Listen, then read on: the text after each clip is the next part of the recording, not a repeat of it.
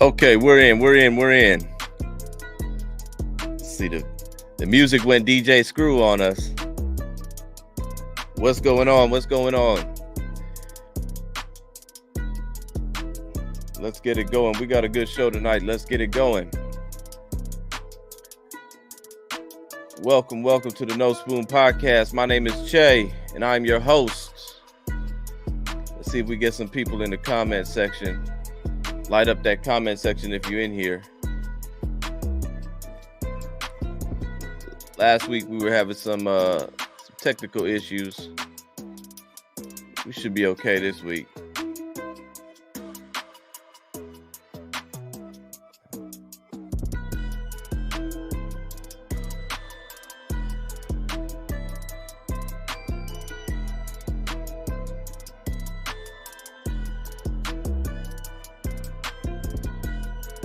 Let's get to it because I see both our guests are here. So we're ready to go.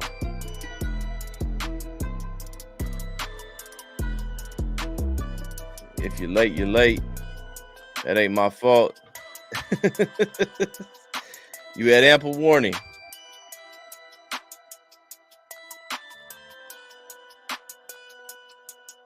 Let's go. What's going on, everybody? My name is Che. This is No Spoon Podcast, where we talk about culture, politics, and common sense. First of all, I want to tell everybody, if you are watching the live stream, thank you for joining the live stream. There is a chat there, so get involved in the chat. Let's get active in there. Let's talk about our views and our get your point of view across, and I'll put some of them up on the screen so everybody can see them.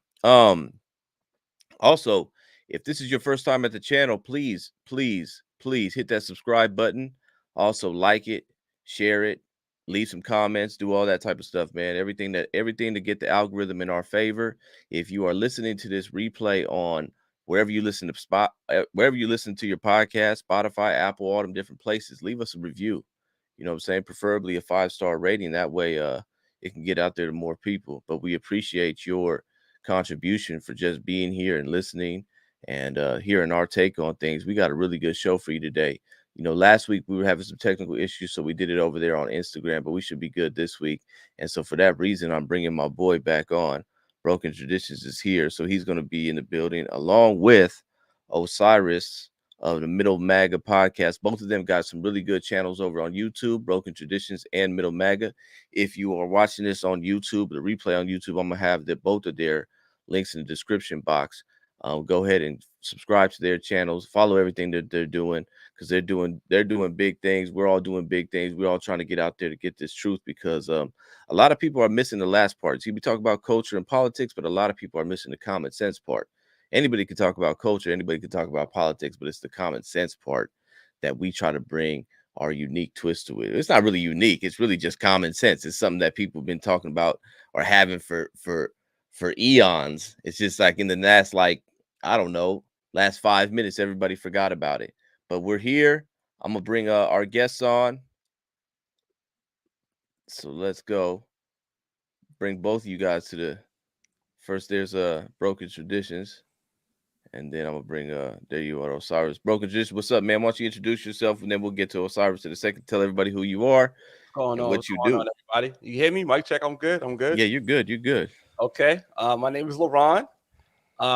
Channel Broken Traditions, as you can see right here. I got a podcast called the Broken Traditions Podcast.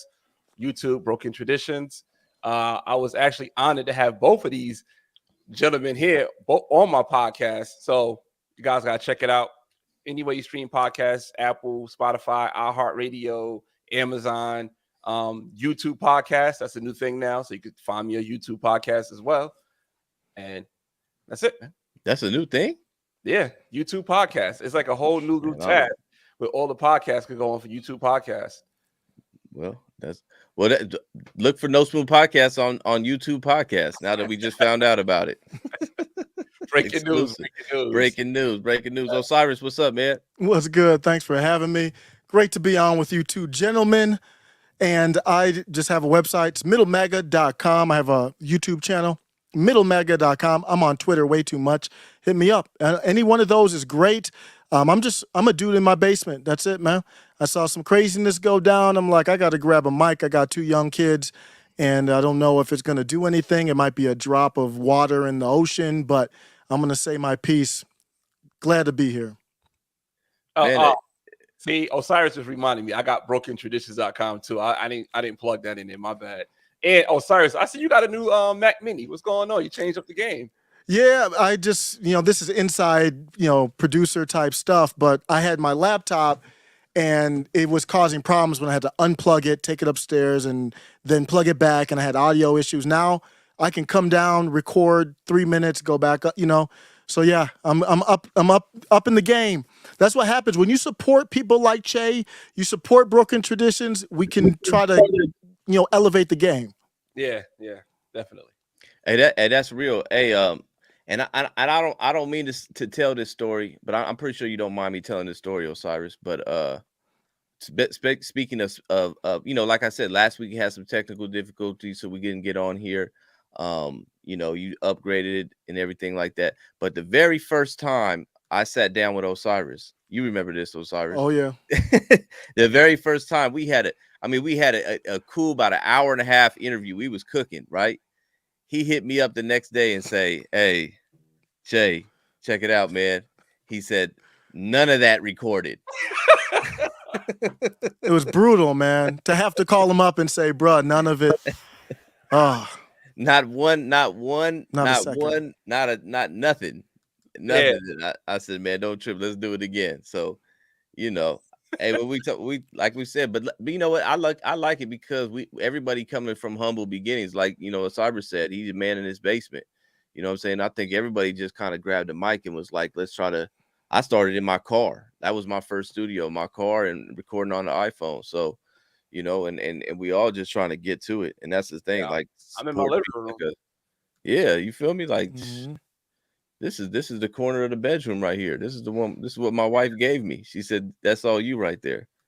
So, but man, last time, I think the last time we were all together, right after that, I seen Osiris was on Timcast.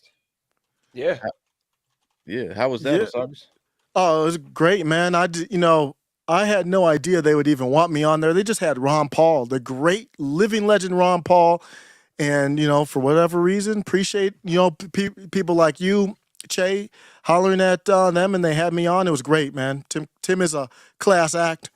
I think he is the most important, at least for me personally, podcast out there, because nobody does what he does for 2 hours, 2.5 hours talking politics.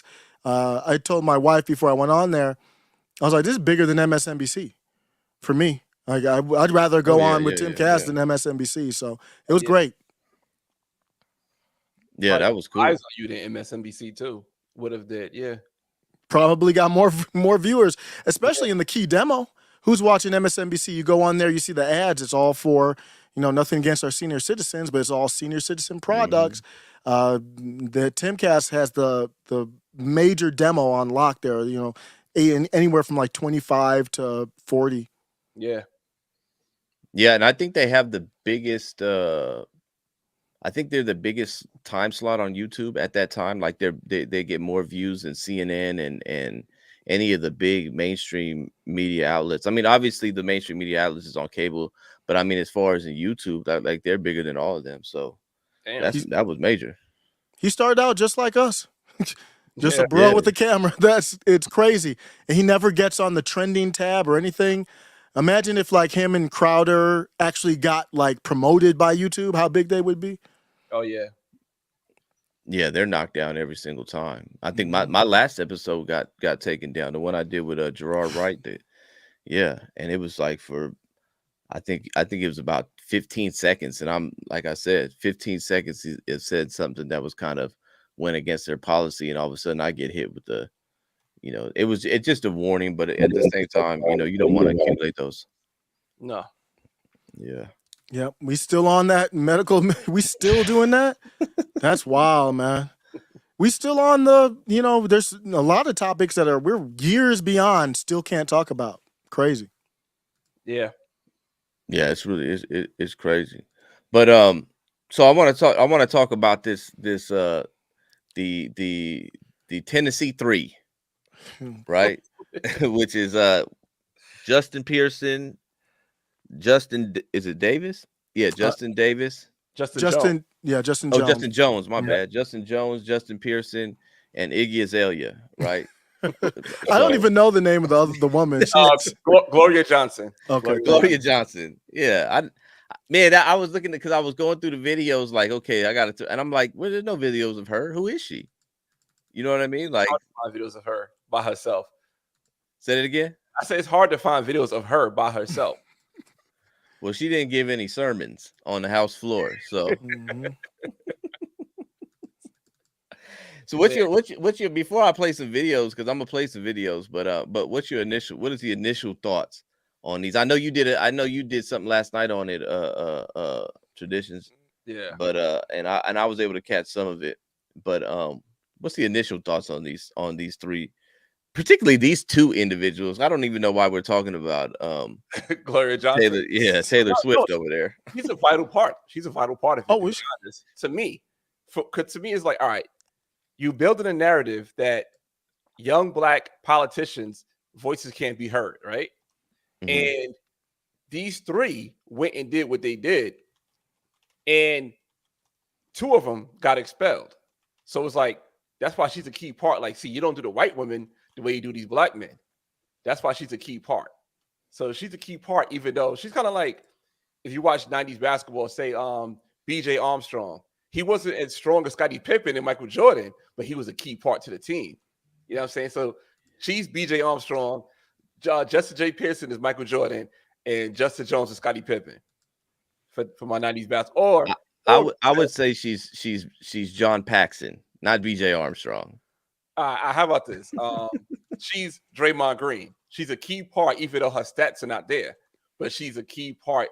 She does all the tangibles, get the rebounds, do the screens. She's doing the key parts. She's doing what she got to do. She's Draymond Green, Justin J. Pearson, and Steph Curry. Oh no, I see. Yeah, I see what you're saying. Yeah, that she's kind of playing the she's playing the kind of the scapegoat, like the, what's the word? Like she has to be there so that they can say, "See, yes, told you so." You know what I mean? Yeah. And what was the reason? I didn't even catch what the reason why they didn't expel her. I think it was like only one. It was one like Republican. Yeah, it was like the vote. So there was a certain amount of votes that had to be presented to expel each person, and they didn't expel her because she didn't get enough votes to get expelled. Did you see the there was one video where it said that Justin Jones, that he had actually told one of the other Republicans that he wanted to be expelled. I forget, man. I didn't get. I think you played that video. Yeah, yesterday. Yeah, he wanted to get expelled because he said it's gonna help his popularity, and it did. I mean, if you look at the end game, right? If you look what the result was, I mean, it's almost like, you look at some of these situations and you go, okay, these people say that they didn't want a thing to happen, but the thing actually propelled them much higher than they would ever go. Like, nobody would have cared if they would have just presented their case on the House floor and then they voted against it or whatnot, or whatever the situation would go. Nobody would have cared. But them even leading the protest, even the protest would have been like, okay, some people led the protest. Obviously, the people on the right are going to say, see, they led an insurrection too. You didn't call it that. But it would have been died out in the next couple of days. But the expulsion is what, like, really, because it made them martyrs, so to speak. Yeah. And the crazy part about it is kind of like, I guess, like Trump-esque, how Trump got indicted and how his popularity started skyrocketing. It's the same thing.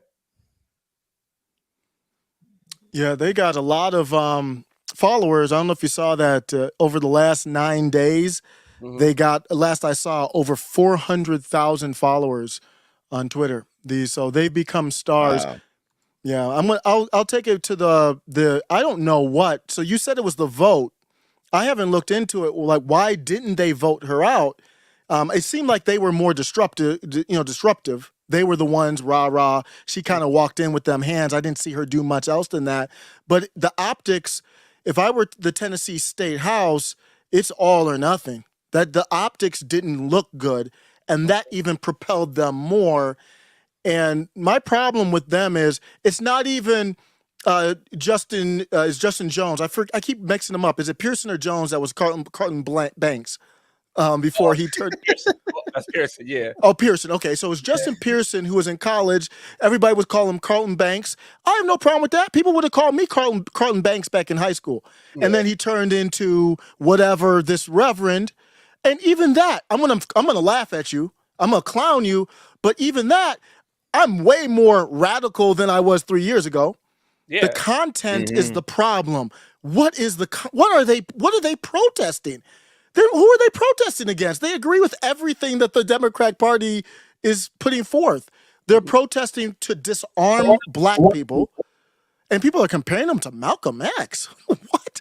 Yeah. They're protesting to disarm black people. They're supposed to be these black activist leaders now, and they can't go one speech. They can't do a sermon. Justin Pearson can't do a sermon without mentioning Transformers or another community. And I'm confused about the substance. If he had substance with it, it's fine, whoever you mention. That's my problem. I listen to them talk. I hear them talk about lynching and picking cotton. And I'm like, what are you talking about, bruh? Yeah, the answers are coming through me, spiritual, Mother God. Yeah. Did you see that? I'm gonna play that clip because and I just want to show this clip real quick, right? This is the one where he was giving this he was praying, right? I also want to add to it, right? At the end of this clip is actually, and this is a never before seen. I did some investigation. I did some research, and I found his mentor, right? The person that mentored him. I'm just telling you, this is never before seen. This is a No Spoon Podcast exclusive. So okay, yeah, I'm honored to be here. So I'm just telling you. So here it is. This is him giving his prayer, and then afterwards, it's going to be a little clip of the guy that mentored him, and I'll kind of connect the dots to show you where that connection came from, right? So here we go. I'm so glad to be in the house of the Lord with you this morning. Would you mind going ahead and praying with me now? Mother God, Creator God, loving God, holy God, take this your servant made from dust and connected with the raw materials of stardust to speak in this moment, to say something that brings forward the word you placed into my heart. I accept my unworthiness for such a task as bold as this, and I seek your guidance as you use me and speak through me. To the ancestor preachers who made sermons from hymns, moans, and groans, and spirituals from the bondage of slavery, speak now through this your descendant.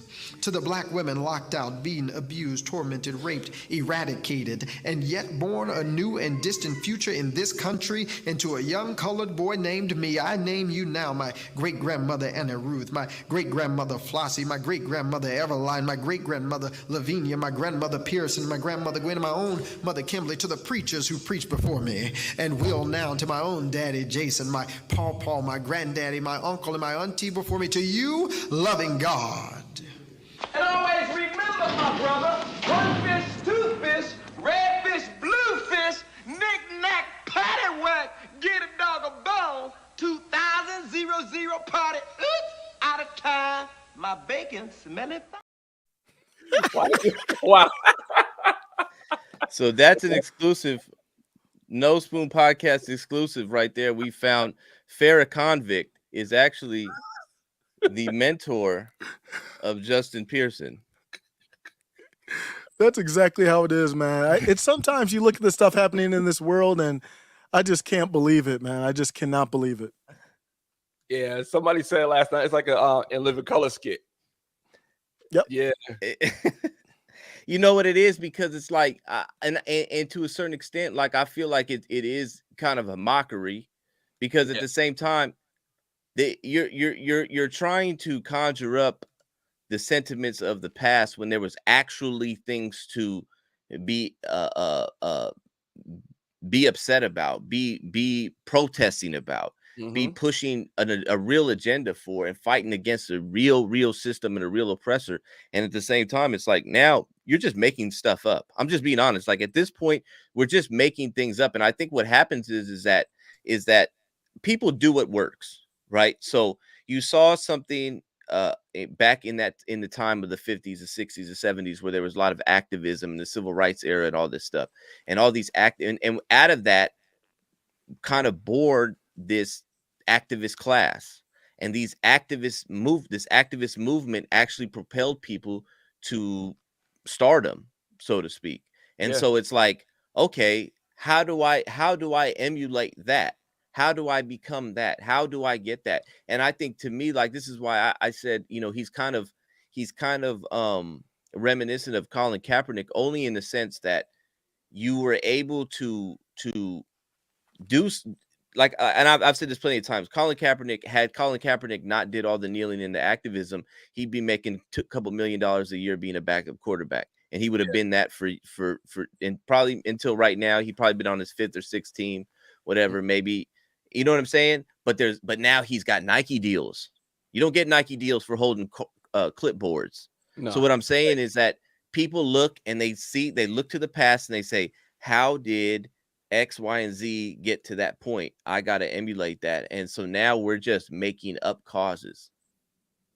Yeah, you're right. And it's like, even in the space of social media, you know what I'm saying? You see people redoing like a World Star, or redoing the Shade Room, just redoing things. Everything is getting like rinse and repeat. And the same thing for like politics. And I made a video about Black people being obsessed with the civil rights era.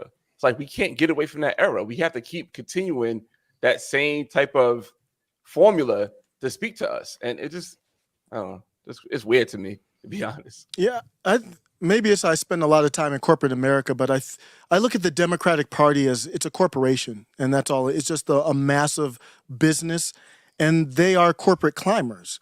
They know what they have to do within that organization to rise on up. And if they were true activists, they wouldn't be propped up. They wouldn't be on TV. They wouldn't be getting all these flowers for their takes, because some of their takes would go against the institutions of our country. And one thing that I look at is, are they open to debate? Are they open to discussion with people who they disagree with? Malcolm X, he was down to talk with anybody, anywhere, anytime. He was strategic about it, but he wasn't afraid for his opinion, to share his opinion. And you don't see these people talk to anybody they disagree with. That's a red flag.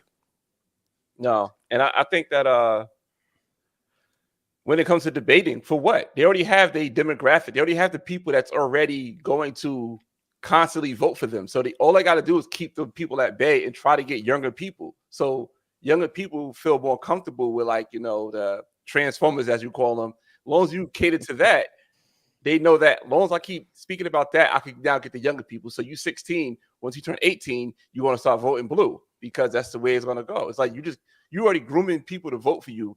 And it's like, it's the popular thing to do, to vote for those type of people. And the older people is just dying out. So I think they're just trying to grab the younger people and not worry about the older people, and just keep their core base. It just follow through with that.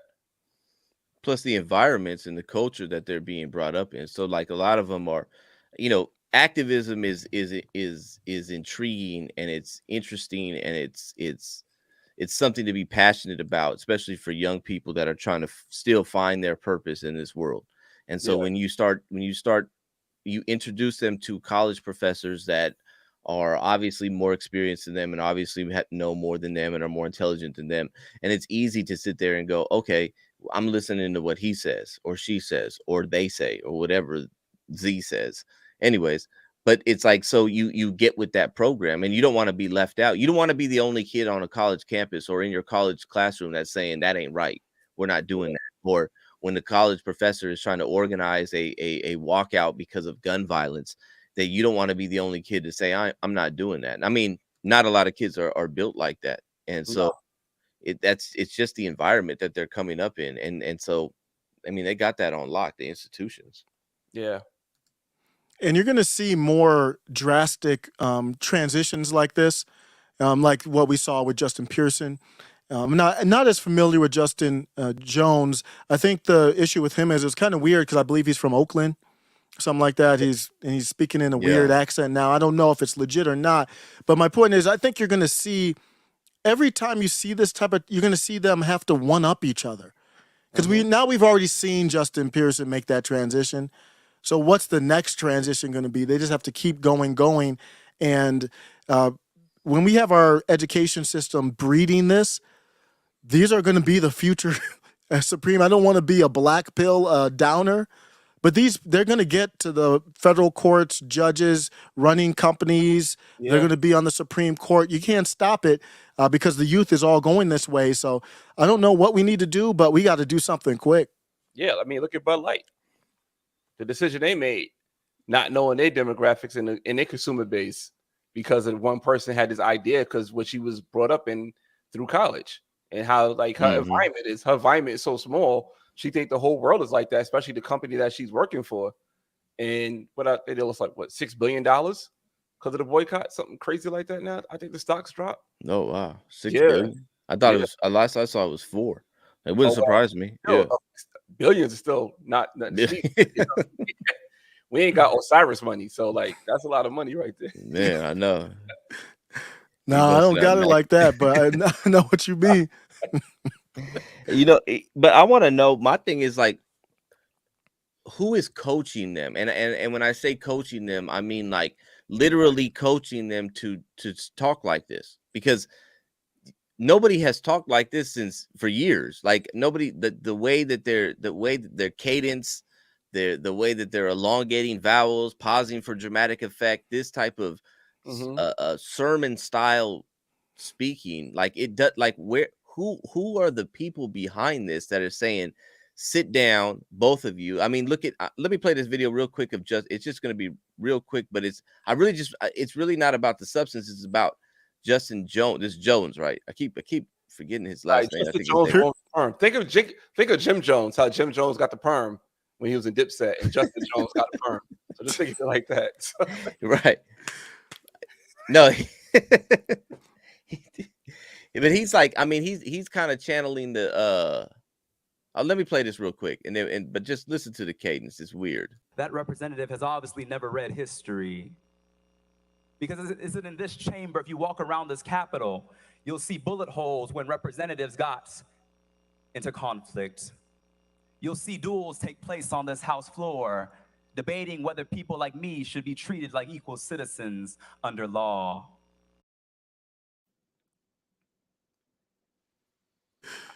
Man, they funny, man.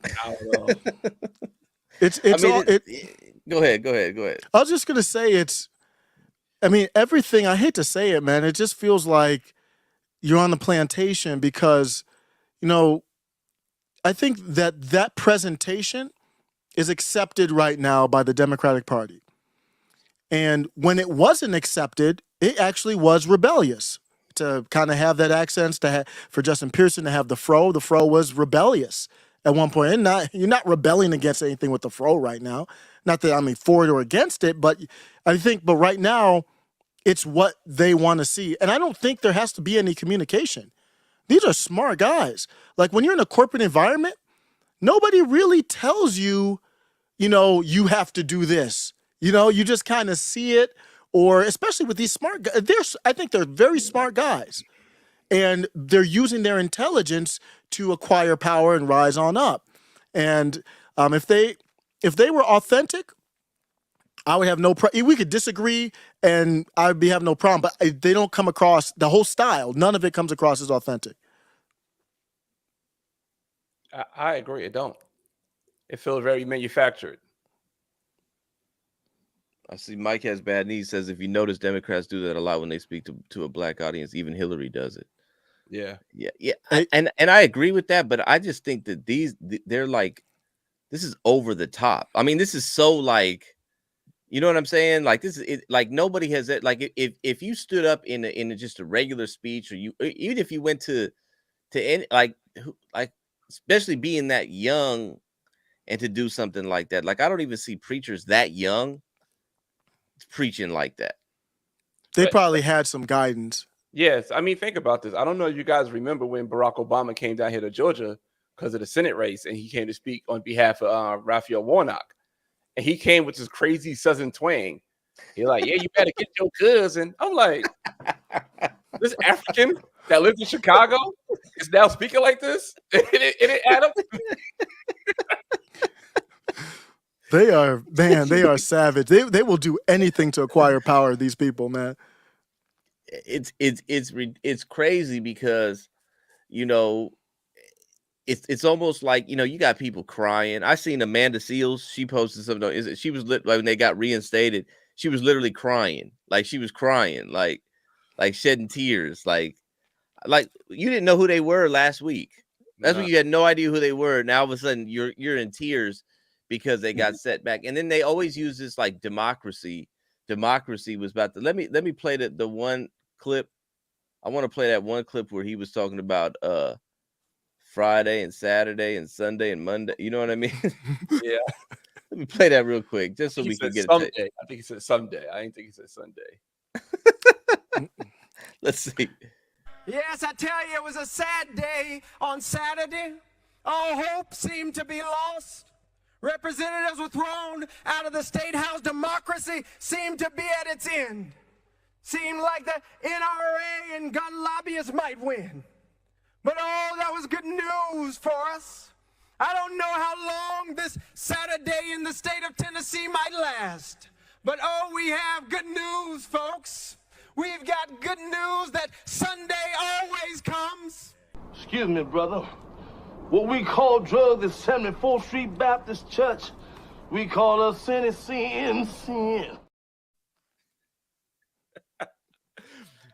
I don't know where that came from. I used that in my video. Say it again. I had to use that one on my video. Did you? Yeah, I had to. Yeah, I had to use that on my video. I mean, it was. Go ahead. Oh no, I was gonna say one thing you can learn from their side. What they do is they're so good with emotions, and I think that's what the voice. It kind of brings out emotions, especially when you talk about topics that could trigger you, like race, liberation. They'll use those type of words, almost like they feel like they're enslaved right now. Yeah. Well, it's doomsday rhetoric too. I mean, it's the the democracy was at its end. We thought it was going to like as if them two or three. We keep forgetting about Miley Cyrus that didn't make it, right? But if those three got expelled, it was a wrap. Like it was like, just forget it. It's over with. Like democracy is dead. But I mean, like really go back and you look at the reason that they were expelled in the first place, right? And here's a point that I think a lot of people, especially on the right, are failing to make, and that's that. I mean, they can sit here and say, well, this is kind of unprecedented. It's not really unprecedented. I think it happened twice before, and there have been some other things that people could have been expelled for that were probably worse than this, but it's politics.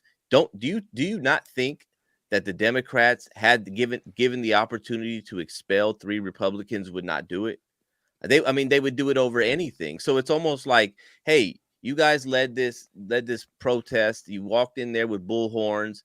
You broke decorum because in reality is what happened is that there is a procedure that you're supposed to go through, obviously, in any type of setting like this, whether it's at the state legislature or the federal legislature. There's a procedure on how we address bills, how we state our case. You can't just walk in with bullhorns and take over. That's pretty much what they did. So at the end of the day, it's like, that was the reason for expelling them. There was actual reason for doing so. Now, people said, well, that was kind of extreme to expel them, but it's politics. I mean, it's extreme right now. Everything is extreme. They just arrested Trump for something that was you would look at if it was done on the other foot was extreme as well, because there's really no case there. And so this is like what I'm saying. Like I look at it like politics now is becoming tit for tat. You do this when we're going to respond this way. So I don't really have a problem with them expelling them, because trust me, if the shoe was on the other foot, you better believe they're going to do the same thing. Yeah, I don't know if those state representatives in the GOP in Tennessee, I don't know if we see eye to eye. I had concerns. There's this guy, Robbie Starbuck. I don't know if you know him. He was running for Tennessee, and he was probably in the lead and doing well. And the Tennessee GOP, I don't know the full story, just took him off the ballot on some type of technicality. So I'm not aligning with the Tennessee. I just don't know their politics, but I will say they had to do it, because you are in a bad position. There is no one on the non-left that would protest like they did. So if you don't have anybody on your side that would do a similar protest like they did, and on top of it, you don't use power to uphold the rules when you can, then where are you? You're not going to hold them to any account. If your side, because they could have said, you know what, nothing really happened. We'll ignore it. But if you do that, then before you know it, Tennessee is a purple state. It's a blue state before you know it. Yeah. Yeah. I mean, I think that's the whole point of taking power, is using it. You know what I mean? Like I guess that if you really look at it, we should sit there and say, I mean, yeah, that was bad. Give them some type, reprimand them, but expulsion is probably a little extreme.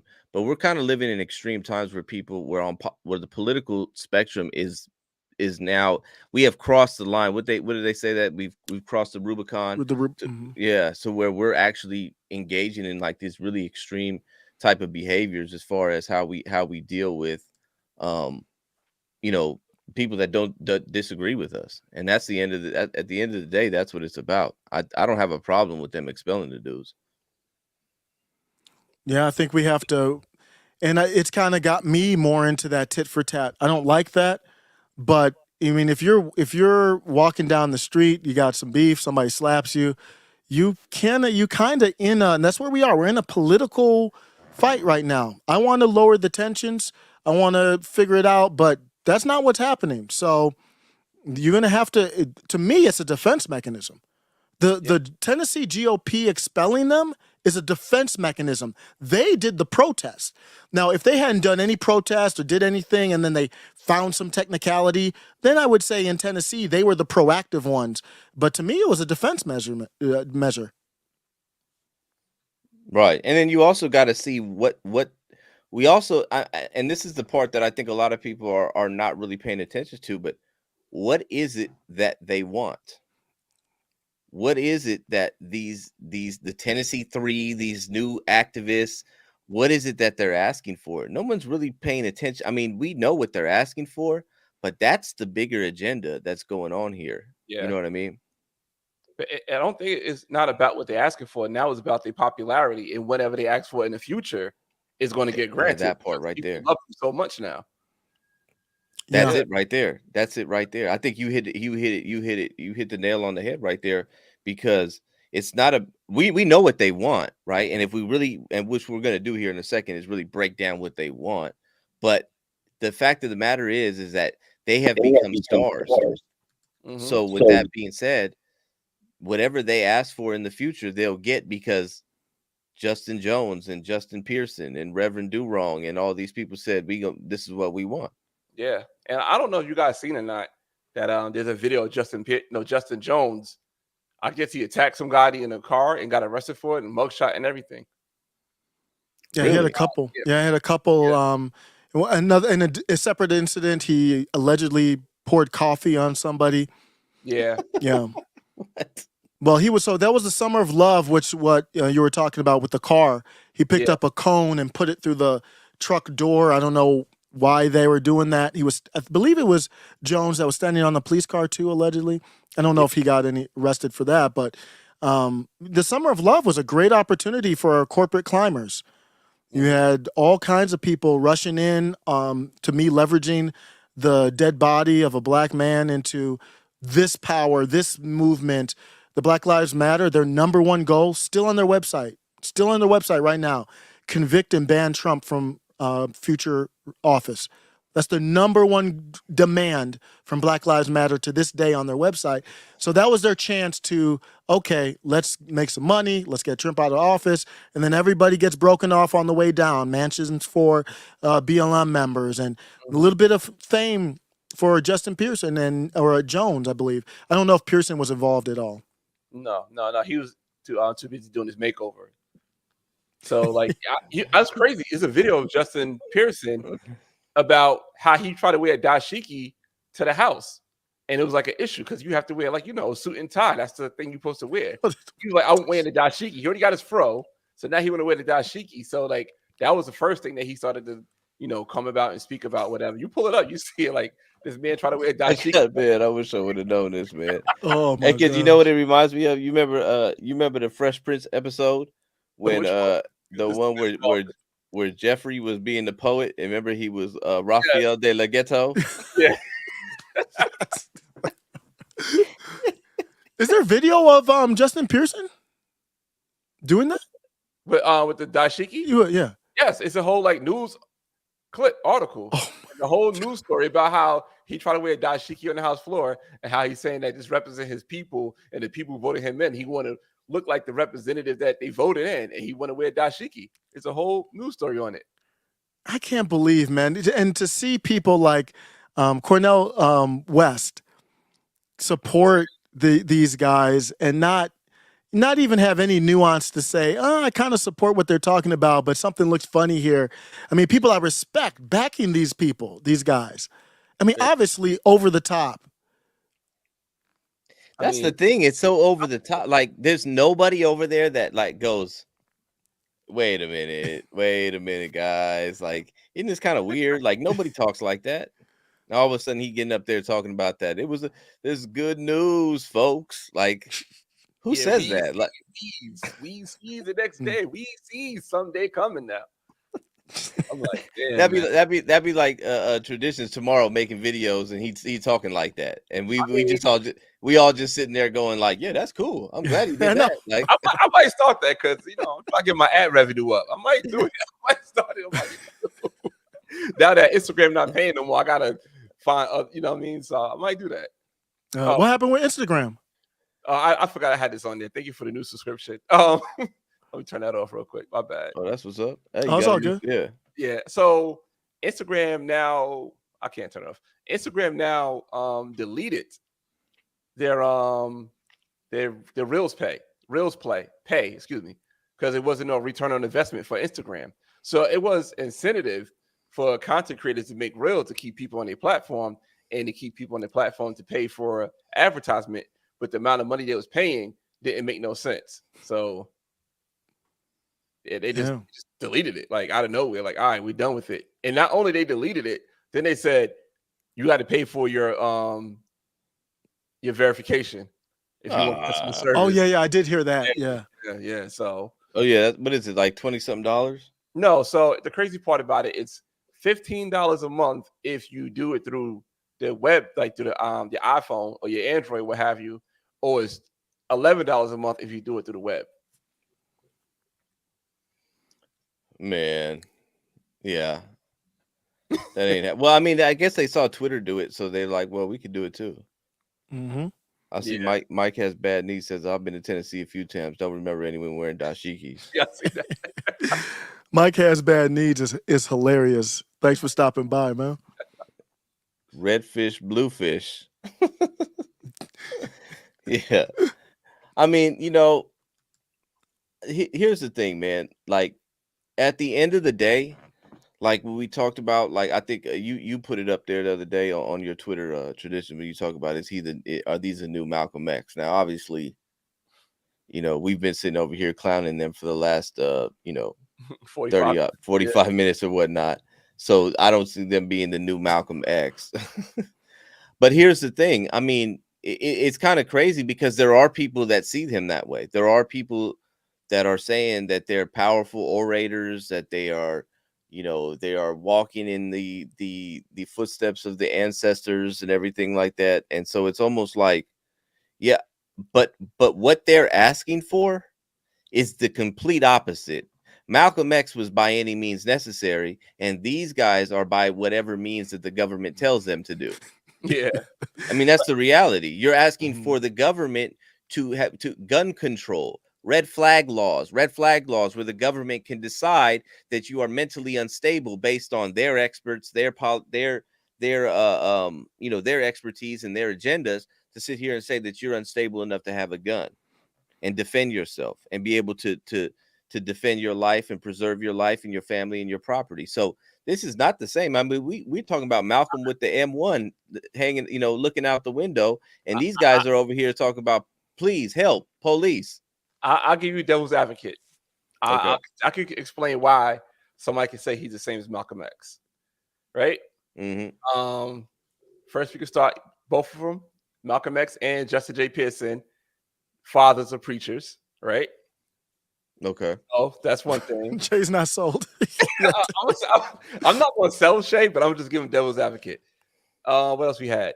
Okay, now we had Malcolm X as Detroit Red because he had his background before he became Malcolm X. But now Justin J. Pearson, he was in college, BCU, Carter Banks. So now they had a change, right? They both had a change, right? They both had a change. Then, so you're not where you started, is where you at. That's what I'm saying. Like, I voted for Barack Obama, but I wouldn't vote for him now if he was ran now. You know what I mean? So everybody have a change. Next, so you could say Justin J. Pearson was groomed by the Democrats to become who he is. We can't say Malcolm X wasn't groomed by the Nation of Islam to become who he was. That type of speech, that type of orator. It's like they have similarities. It's not the same type of politics. So that's it's good arguments. Yeah, I mean there are similarities in their in I guess in the aesthetics, right? And then the glasses, the back, and in the background, okay. But I mean, but what they're fundamentally asking for are two very different things. That's where it stops at, honestly. Yeah, that's where it stops. Yeah, like that's it's like you're playing, you're on completely different sides. Yeah. You know what I'm saying? Like you're sitting here saying, oh, he's our new freedom fighter, but you're not asking for freedom like Malcolm was, or you're not asking for none. You're not asking for the same things. You're literally asking for the state, the government, and this is what kills me, bro. Like, for real, more than anything else, is like these are the same people that are sitting here and say systemic racism, systemic issues, institutional racism, fundamental, racism, and all these different things. But yet you're asking that same system have the power to control whether you can defend yourself or not. That's the end of the game. Like, I don't see him walking around talking about let's get rid of the military's guns, let's get rid of the police's guns, let's get rid of you're talking about getting rid of everyday people's guns. And there's a video, I want to play this video. A lot of us saw it, but of the kids that were protesting, and they're literally saying that everyday people shouldn't have these type of guns. You know what I'm saying? Like, everyday people like you and I. Like, this is what I'm saying. And I think these kids are very naive, and they're very impressionable, and they want to be a part of something. They want to feel like they have a purpose, and there's a cause, and there's something to be out there worthy that's bigger than themselves. And this is what happened. Let me my bad, Shay. Yeah, no. Go ahead. Because I'm gonna go down to the Malcolm X argument got you like this. So no. I'm just saying, like, you got these people that are like they really. I mean, I think this is what happens when you destroy masculinity, because masculine men want to go out there and they want to find a purpose, and when there is no purpose, they have done a really good job at co-op. And first of all, there's no religion, there's no family. There are no things that are fundamentally bigger than yourself to which you could go out there and fight for.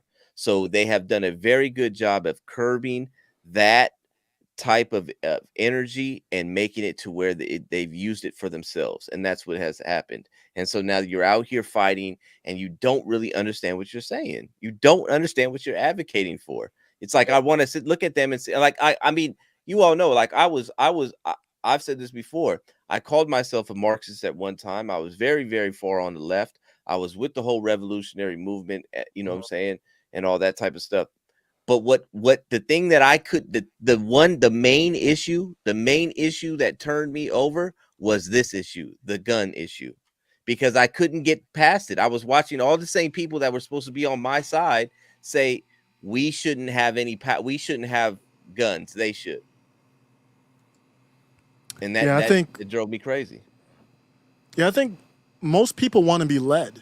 And there's a void in the Democratic Party for young leaders. I mean, right now, I don't know what's happened to the squad. I mean, I think they're fake. They've always been fake. But I'm talking about Rashida Tlaib and Ilhan Omar, AOC. Yeah. I don't know. They just don't have the same shine. I don't know what's going on. Maybe it's just me. But other than them, there's no young leader in the Democrat Party. And maybe Hakeem Jeffries, he's not young, but I don't know who you're looking to in the Democrat Party, and they can give you the presentation that you want, and they don't really, who cares about the substance? They are the new, I mean, who has a bigger name in the Democrat Party than them right now? Not many people. So people want to be led. They want leaders. Most people need leaders. And if you believe in, well, I can't go to this side, I can't go to libertarians or whoever else because they're racist or you don't know about them, you got no other choice. Who else are you going to go to? Yeah.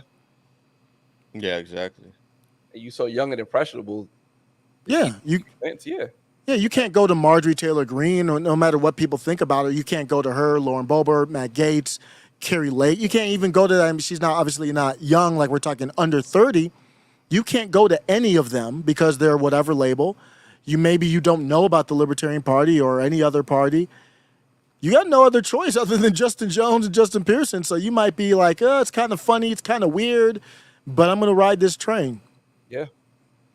Let me show this clip real quick of these kids, because I think it's just really interesting to see these kids. They're really passionate about what they're doing. I mean, you're doing a sit-in or something like that in the halls at the state legislature. So let me play this real quick. Utilize them properly. Let me ask y'all this. Why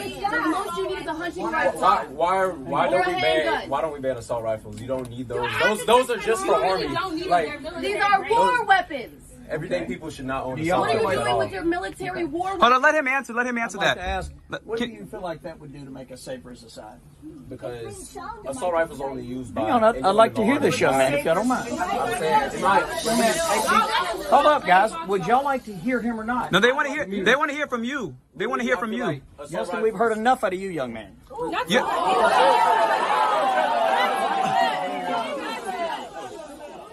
Please continue. I feel like assault rifles should only be owned by people in the army. There's no point in everyday.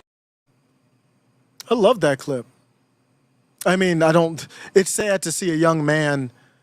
I mean, but I was for, gun regulation, maybe smart. You know how they say common sense gun regulation when I was blue-pilled? Mm-hmm. But why I said I love it is I don't know who that representative was, or it looks like a politician, to stand up there and to have a conversation while they're all upset. I respect that. I respect it too. Oh, yeah. But he said nobody should have it, and that's extreme. No, he said everyday people shouldn't. It's only the military should. Yeah. So that's a young man that needs guidance. I don't blame, because he looked really young. Yeah, he like and at that age, I wasn't, as knowledgeable. I probably would have agreed with him because I didn't think it through. Mm-hmm. And he just needs leadership, and that's why you have to do this. The idea. When it just came to me. Justin Jones, Justin Pearson. It kind of fits in the concept of the talented 10th, right? You take a couple black that are getting a little bit of good momentum. You make sure they're on your team. And Justin Pearson and Justin Jones, they would never tell that young man, wait a second, does it really make sense to take guns from law-abiding citizens when we know criminals don't obey the laws, and then now give it to the military? They would never go through that type of discussion with him. Yeah. Well, I would take it and look at it like this. Like, let's take their premise, and their premise being that we are living up under white supremacy. Mm-hmm. Is not the military white supremacy dominated? Yep. That's a great way to break him out of that void he's in. Great tactic. So what you're saying though is that you want only the white supremacist military to have the guns, while everyday people are defenseless. I mean, so you trust the military, the white supremacist military, the white supremacist government, the white supremacist police, to only have the guns, and you don't? I don't see. This is what I'm saying. Like I said, when I was on the left, this was the issue because that didn't make sense to me. I used to say, wait a minute. I thought that it's white supremacy we're up against. I've read Sun Tzu, I've read von Clausewitz, and never ever did they say that a great military tactic was to disarm yourself and arm your enemy. I've never heard that. So that's what got me. I was like, this isn't making any sense. And then I started to see that, oh, what they've really done is co-opted that movement on the left. They've co-opted that energy that's on the left, and they've used that and they've harnessed that to get power for themselves. And that's really what they're doing. If you talk about power, think about this for a minute. Power. What is power? Power is the ability to choose. It's the ability to make decisions. It's the ability to say that I'm going to get up and walk outside. I'm going to go get something cold to drink. When you are in prison and when you are a slave, you do not have the power to choose what you want to do on a day-to-day basis. Yeah. Right. So when we say power to the people, that means we are giving people the power to make decisions. And in this case, we're talking about decisions on how you defend your life and your property and your family's life. Right? When we talk about power to the people, we're talking about people making decisions on what they want to do with their money. This is why taxation is taking away power from the people, because I go to work, I earn my money, and then I give it to the government and they make the decisions for me. They decide what they do with my dollar, something that I've earned. See, power to the people is when the government says we are going to get out of the way and we're going to do exactly what we are originally intended to do, and that is to maintain and ensure that your rights are protected. That's it. All this other extra stuff, all this begging them to come and save us and protect us, that's something different. That's not power. So these people are not power. This is why I'm saying, like, to sit here and say that they're anywhere in the realm of a Malcolm X or any of those people, they were about power to the people. This is power to the state. This is surrendering your rights and saying, I can't do it. We are helpless. We can't defend ourselves. We can't take care of ourselves. So please, daddy government, master government, please come in here and take care of us. Yep. I agree. Excellent, man. I wish we could just have that young man call in and say, we just want to have some real talk with you. Because and then he's probably the same type that would say defund the police. It's weird how they're like, defund the police, but military, have the guns. I don't know if that would reconcile with them either. But you notice they kind of saw this. To me, they didn't want the conversation to happen, the people in that area there. That's why they were kind of like making the noise and all that. They don't like discussion. It's kind of like what I was saying. They don't like debate and discussion because they know emotion, not so much. We're actually talking about substance here. Yeah. And another thing, too, you saying, like, how this young man came to this conclusion, it's the social media that is teaching him this as well. And who's controlling the social media? The left. So, it's a vicious cycle. So if he's on TikTok all day scrolling through his phone, he's seeing these type of messages coming to him. And that's why he feel like this.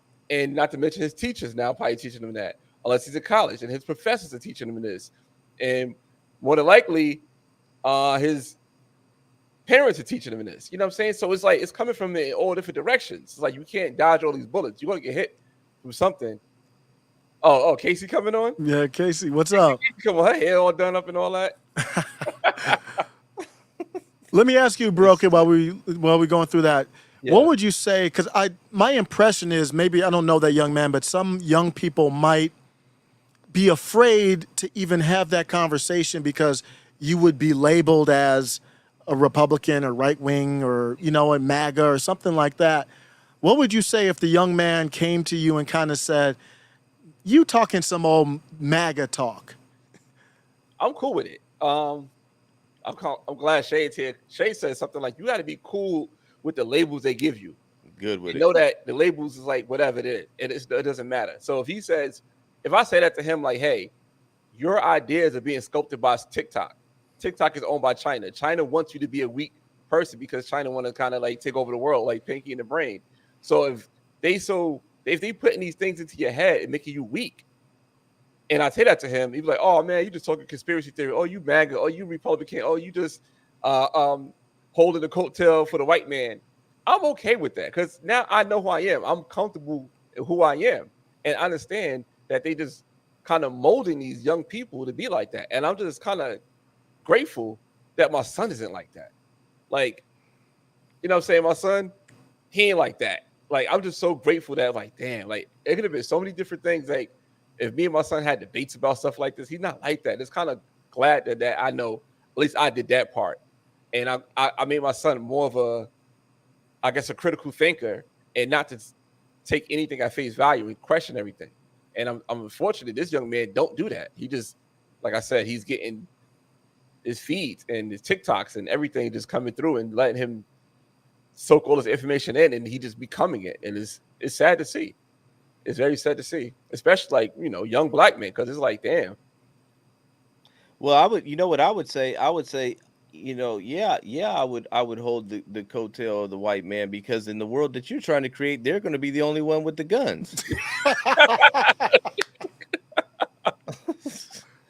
I mean, you want the military and the police to have guns and us to be walking around here just at their mercy with slingshots. Yeah, like I want to know so much what he would say in return for that, man. It also depends too where he's at. Like, say it was just me and him one-on-one, more than likely he wouldn't push back as much. But if it's me and him and a group of white kids sitting on the floor, no, he knows that he has the playing field, so he's going to buck up a little bit more.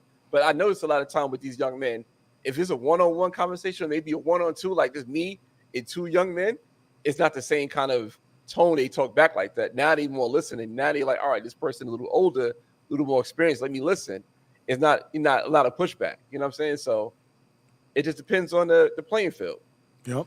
Yeah. Well, you know what's interesting, and just to kind of transition to this real quick, like when I look at this, and this is just kind of I was scrolling through social media today, and I, like I talked about it earlier, I said I seen Amanda Seales, she was crying, and she had talked about this before, like, oh, these kids, the government needs to do something. But I think that when you're living in a time where women are empowered and they're free of the patriarchy, so there's no more, you know, the idea of marriage, the idea of having a man around. It's like you have these women who are out here single, and a lot of people are being raised by single mothers. And so with that being said, is like there is no protector in the house anymore. And I believe, this is just my personal take on this, is that when we're living under this, what I look at is a matriarchal society. I mean, you had Pearson talking about Mother God and all this other, all these grandmothers, and he named 12 people before he mentioned his father. He made all them names up. You don't know all them names. He made them all up. He googled 18th century names, and then and he just started. He said Fannie Mae and Annie Ruth and all this type of people. Like, he just said it. Nobody believes you. But you know what I'm saying? Like, we living in this matriarchal society. But in a matriarchal society where the woman is the head of the household, she has no protector. So I think this is just instinctive with women. They need somebody to protect them, and there's no man around to protect them because they don't want men around to protect them. So who's the next best protection? The government. Yeah. So they're running to the government. I want to play this, and this is a couple minutes long, but I want to play this this clip with Elizabeth Banks, right? And some liberal white woman, and she's gonna, and I say liberal white woman because she calls herself a liberal white woman. But I just want to, just with that being said, of this whole matriarchal type of society that we're living in, listen to what she's saying, and listen to her pleas, so to speak. I mean, she's an actress, so it's very fabricated, but just listen to this. Okay. I'm just a mom. I just want the people that are in charge to help us keep our children safe. I joined Mom's Demand. I joined Everytown. I joined Brady. I give the money. I vote for people who want common sense gun reform in this country. And that's all I can do. That's it. I've done all that I can do. Because the Republicans, you can't pass an age restriction? You know who's not mentally healthy? An 18-year-old whose brain isn't fully developed. How can you sit by and do nothing for money and power? Why are you making all of us mothers worry every day? Why do we need AR-15s? What are those for other than killing living things? Weapons meant to kill living things, and you are placing them above human life. And for what? So you can get an A rating with the fucking NRA? And don't tell me that I'm politicizing this issue. You know who politicized this issue? Elizabeth, I feel your fucking pain. What you just described is pretty much how all moms are feeling right now. It is truly a helpless feeling. But there's something that you said is the opposite of true, and I'm almost certain you're not aware of it yet. You said you were just a mom, and that you feel powerless to do something. As white women, we have insane amounts of privilege and power that we can harness. It's just that we were taught not to use it. We were taught to be silent. We were taught to be nice. We were taught never to get political. And there's a reason for that. It's because the white patriarchal structures that be in this country know that if all the white women finally gathered together to dismantle our white supremacy and then use our privilege for progress, they will not be able to stop us. It was designed that way. They don't want white women to find our power. They don't want us to join forces with the black and brown people who have been fighting since forever in this country for their freedom. They know that if we finally join forces with them, that they will not be able to stop us. We have been needing a movement by the people with a major call to action, and it's happening now. The reason this movement is different from the other ones that you mentioned is because we are starting with the root cause of gun violence in America, which is white supremacy. We are not here to debate the whataboutisms with people who care more about protecting the Second Amendment and guns more than their children. We're not wasting our time with that. They want to ban books, drag queens, trans people, human beings, abortion, black history. They want to ban everything but what's killing our children. Guns are the #1 killer of kids in America. Calling our legislators is not going to save us. Voting is not going to save us. No one else is coming to save us. We all must act now. And the movement is finally here. Oh my God. Wow. But they're good, man. I like, if you're just a regular suburban mom, that might resonate with you, even if you do have a father, a husband or father to your children in the house. Much less if you don't. It tugs at your heartstrings, man. It's like watching those ads where you see the sad puppies or whatever. It's in a different way, but it tugs at your heartstrings. And the message that we're selling, I'll be honest, it doesn't tug in the same way. So it is concerning because they've got a good sales pitch. They do. They do. I mean, I would say if you're that worried, go get you a husband. I mean, maybe if you didn't want to live your life alone and so self-empowered and all this stuff to where you sleep alone at night, then maybe go get you a husband. I'm not saying that that's going to stop everything, but I just think that this whole cry for the government to come and help them is just this innate type of this innate mechanism that's built within most women to be protected. Yeah. Yep. And there's no men around because you don't want men around, but you want the government to come do it. I like how she said, Elizabeth Banks was saying, AR-15s are there just solely to kill people, but yet you still want the government, the military to do it. You still want the police to do it. So what is they there for? What are you using that for? To hunt rabbits? And the crazy part about all of this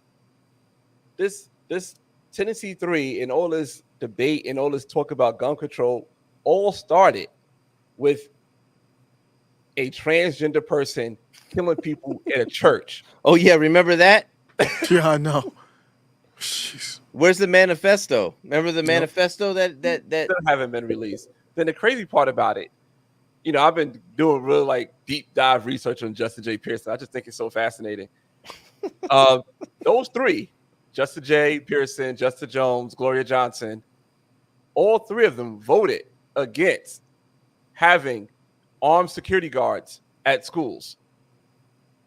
Because that's not what they're after. Yeah. They're not there to protect kids. They're there to give the state power to take your guns. It's really that simple. Yeah. Yeah, I saw that. But is that where they were absent? They didn't vote? I believe I saw that they were I forgot what they were doing, but I think they missed the vote for that. How convenient all three of them missed the vote. Yeah. From Tennessee 3. Mm-hmm. Yeah. Or even they did a vote against it. Either way, how convenient is that? Yep. Man, look, man. As a one-time former criminal, right?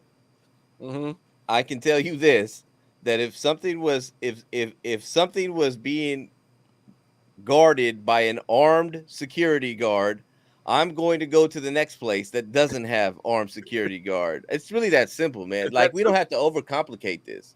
No, we really don't. Like, okay, I'm gonna go rob this jewelry store that got the guy with the AR-15 standing in front of it, or am I gonna rob the one that the security guards asleep in the back? I'm gonna go to that one. Yeah. Yep. Celebrities, politicians, all got guards, services with them with weapons. Yeah. Yeah. And that's the crazy part. All these celebrities that's against gun control, like Greg Popovich, he gets followed by police every time he go to a stadium. But he want to talk about nobody should have guns, but he's protected by guns. He paid people to protect him with guns, but he don't want nobody else to have guns. Yeah, I have a problem with Pop. I mean, to talk about Pop, it's because his positions are very convenient for the group that he's in.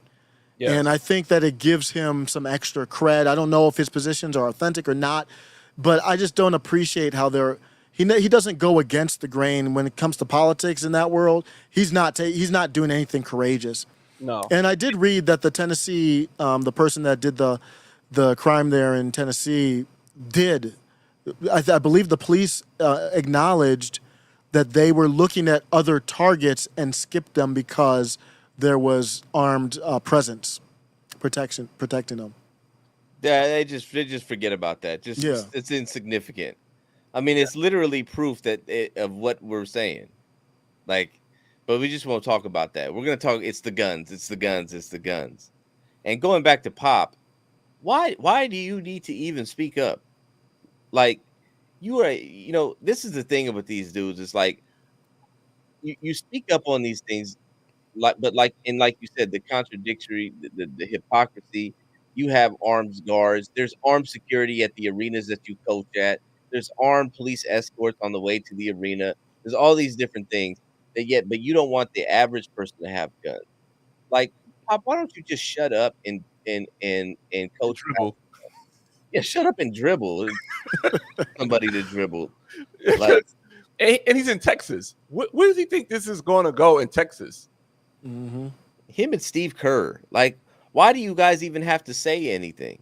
What are you trying to get here? What's the purpose here? I don't know. Is there somebody that, is signing the check somewhere for you that's telling you that this is what we need to say? These dudes are so corny. I think with Steve Kerr, I think his father got shot and killed. So maybe he got a little more. He did? Yeah, I think so. Yeah, I think a little more compassion for Steve Kerr. So that's why he probably feels that way, if I'm not mistaken. Osiris agree with me, I think so. Yeah, he did. Yeah, his father, he has that issue. He's very hard on the gun issue. Does he speak out on other stuff too, Steve Kerr? Oh, yeah. Okay. He so to me, it comes matter, police brutality, all that stuff. Yeah, I don't know what it is, but the appearance is that it's like a virtue to the player association. They all, for the large part, agree with them. Did Pop speak out when what's his name? What's the lanky dude? Jonathan, I forget, the one who stood. Jonathan Isaac stood while everybody else sat. See, I would respect Pop and Steve Kerr if they had those positions on Black Lives Matter, 2A, whatever. And then also, I don't know, maybe they did. I didn't hear them speak out and say, hey, Jonathan Isaac can have his opinion. I respect him for standing up. You know what I mean? Like a balanced approach. I don't see it. It ain't happening. Well, I got the video. Let me play this video real quick of Pop, because he said something interesting, about the Second Amendment. I don't know where he got this from, but here we go. They're going to cloak all this stuff, the myth of the Second Amendment, the freedom. It's a myth. It's a joke. It's just a game they play. I mean, that's freedom. Is it freedom for kids to go to school and try to socialize and try to learn and be scared to death that they might die that day? Another good ploy to the heartstrings. Yeah, but if you think critically, it don't make sense. The myth of how is it a myth? It's written. It was written. to quote the great American philosopher Isaiah Jones. It was written. It was written. Like, it's written. It's not something that was just made up. And it's like, do kids fear getting killed that day? Honestly, do you think kids are thinking about that? You think some kid that's going to school is thinking about getting shot that day?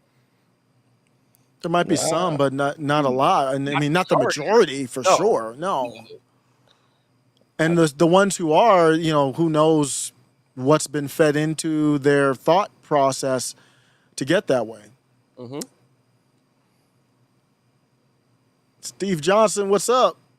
He said the left is at a point where their objectives oppose each other. White men were once the enemy, now they're minority women. 2A was good for the Black Panthers. Now the Govs, yeah. I mean, of course, they've changed everything. Yeah. They've completely just gave up here. Kerr and Popovich probably have ties to intelligence agencies. The NBA has become a tool for social engineering. Unfortunately for them, nobody watches it anymore. That's crazy. First of all, Kerr coached under Pop. Yep, yeah. Yeah, he played for Pop. He played for Pop and coached under Pop. So, yeah, they probably do have the same agents. But intelligence agencies, yeah, and nobody don't watch the NBA no more. I didn't even know the playoffs was going on. Wow, is that true, man? Ever since the summer of 2020, I haven't watched. It's hard to watch, especially to see the NBA players kneel in a bubble with nobody there.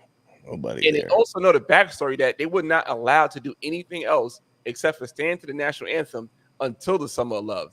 Because the story of Mahmoud Abdul-Rauf. That story, he got blackballed for not even kneeling, for praying to Allah during the national anthem. He got blackballed.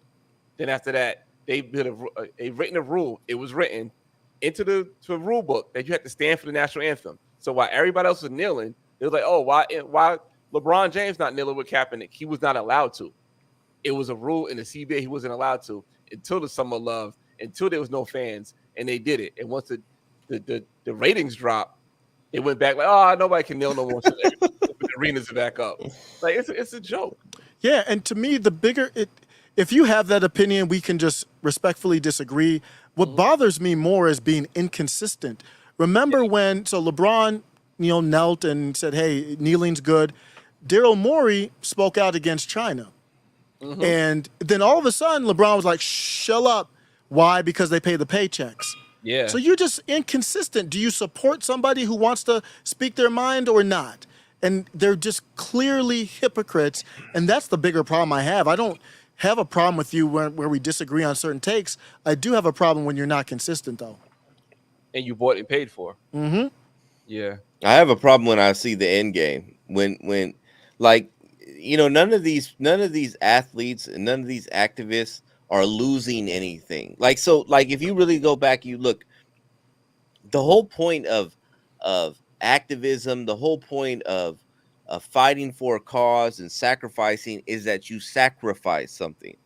That means you're willing to give up your freedom, your life, your livelihood. You're giving up something that means something to you, that is important to you, in order to establish a greater good and to fight against an evil. None of these people are losing. Justin Pearson, Justin Davis, Scarlett Johansson, whatever her name is, the other third one, right?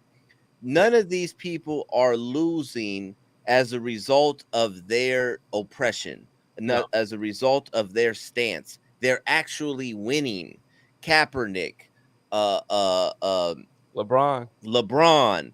They are not taking risks that are really going to hurt you. Yeah, they're not. And we could tie it back to being obsessed with the civil rights era. They want to have another Muhammad Ali. They want to have another Jim Brown. You know what I'm saying? They want to have another of these athletes who made sacrifices and changes, or who made sacrifices for change. That's what they want. They want that again. They want to reincarnate that. And unfortunately, LeBron James, being a billionaire, is not going to have somebody. He's not going to make a sacrifice to make change for the greater good. You know what I'm saying? Colin Kaepernick, I just think that he just went into a snowball of effects. Like, he probably saw some videos, felt a certain kind of way, did his little thing in the bubble, and it blew up too much where it got out of control for him, in my opinion. I think it just blew up too fast for Kaepernick. It was just like pew pew pew too fast for him. Yeah, and you can tell from his interviews, he can't articulate his points. Yeah, he barely does interviews. He can't articulate his points. His points are kind of, to me, it comes across as like fed to him, and he just fits into the puzzle. Yeah, it's very rare to see him do a one-on-one interview, even that I've seen. Very often he's with somebody else or doesn't do interviews at all. But I think it's like Jet Magazine or Ebony, something like that. which is like a puff piece. Yeah. Yeah. His ebony puff piece was something else. I'm like, you can't be talking about oppression with these ebony puff pieces. But Yeah. I think I use what you brought up, Jay, when you said the sacrifice. Yeah. That's a great, and I challenge myself and everybody who wants a better way forward. It's the same thing. If you want a better way forward, whether to me, I hate to say it, I've kind of given up on any type of reconciliation or getting back together. If we don't know what a man or a woman is, I don't know how we can reconcile. But if it's national divorce or reconciliation, and maybe I'm wrong, there has to be some sacrifice done. And I don't know what that means. I'm obviously only for peace, but you're going to have to, for our country, to save your communities. And if you don't want to be under the boot of these people, if you're fine being under their boot, which a lot of people are, then you don't have to do anything. But if you don't want to be under their boot, that's what our founding fathers, they weren't afraid. Life was different back then, but those dudes was ready to do anything for any little, we talk about the Boston Tea Party. Yeah. What were they increasing the tax by 3% or something like that? They were ready to go down for that. And we don't need violence, but we need to figure out, because of talking about it. That Casey had a great tweet. Did you all see that tweet from Casey? I need to retweet it again, where she was like, she said something to the effect of, Republicans, here Republicans go, maybe with the Trump indictment, Republicans use it for great content, and then it goes nowhere else. So she's like, that's all it is, another thing for great content, and really doesn't do much else. And she had a great point. Yeah. Of course. I mean, because nobody really wants to push. Nobody really wants to sacrifice. You know what I mean? I mean, you're talking about a time like when you're talking about, the Boston Tea Party, like you said, and those type of things. And in any back then, any place that we're talking about, I don't care if it's America, wherever you were in the world, the standard of living, the comfortability was not what we're talking about today. So people were willing, over the smallest things, they were willing to risk it all. Why not? You know what I mean? Like, we're using the bathroom in the middle of the street here. At this point, who cares?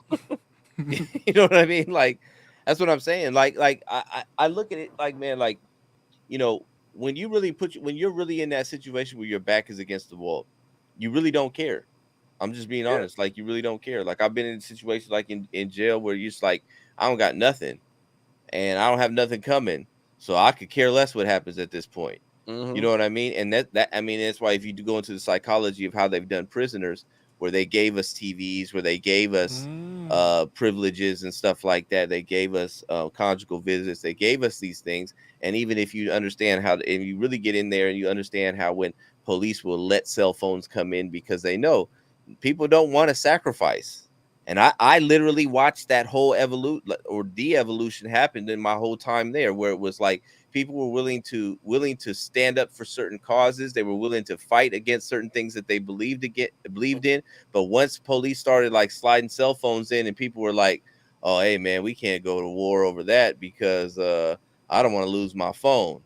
See, we're too fat. This society has become too fat and too complacent that we don't want to sacrifice nothing.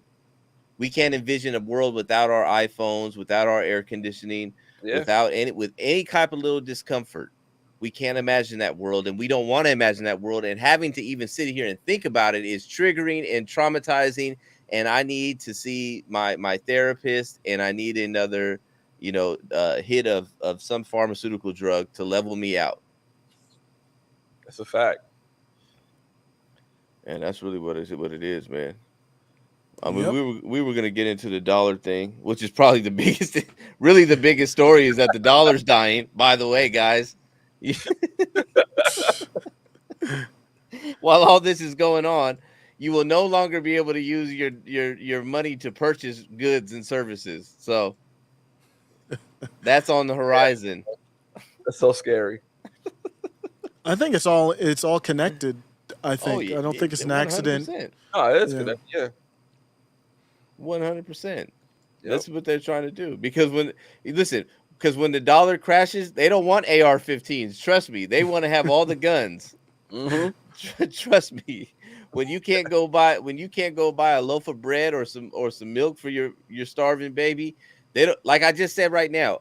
In that time when people was over there and their back was against the wall, I at least want you to have your back against the wall with a rock instead of an AR-15. Great point. And I think the dollar right now is in a large part propped up based on faith. There's nothing backing it. Obviously, we run off the gold standard. I think that's part of the reason they want to take us to the central bank digital currency, because they'll be able to monitor the supply of dollars. We've got dollars flying all over the world, and it's devalued. And they just keep printing it. You know, it's digital now. It's already pretty much digital, but they keep figuratively printing the money, and it's worth less and less and less. And now they're not going to have as many places to wash the money. If overseas they're using the yuan to, for oil purchases, and Saudi Arabia cozying up to them, India's supposed to be our ally. They're cozying up to China. They're supposed to be kind of enemies. They go head to head, kinetic war every once in a while back, recently. And they go in with them, Russia, pushing Russia to them. I saw this clip that was crazy. I don't know where it came from. This African dude was talking about, yes, Mike has bad needs, talking about the dollar being backed by jets, tanks, and Marines. But this African dude was like, y'all in America, y'all talking about some old gender and sex, and we're looking at, in Africa, I don't know which country it was, but he was like, in Africa, we're looking at Russia and China, and they talking about jets, tanks, and Marines. They talking about military backing and equipment. And he was like, I don't know what's happening to y'all in America. Y'all keep that there. We moving over this way. It was a 30-second clip. Just blew my mind. And I bring that up is, if you ask that gentleman, do you have faith in the U.S. dollar? He's going to say, hell no. So it's what does a common person do with this information? That's where you take it from here, because a lot of this is out of our control at this point. Yeah, it is. Yeah, I think from an individual standpoint, you got to start shifting your mindset, and shifting that mindset to be self-sufficient and independent, and understanding that struggle is on the horizon, that hard times are upon us.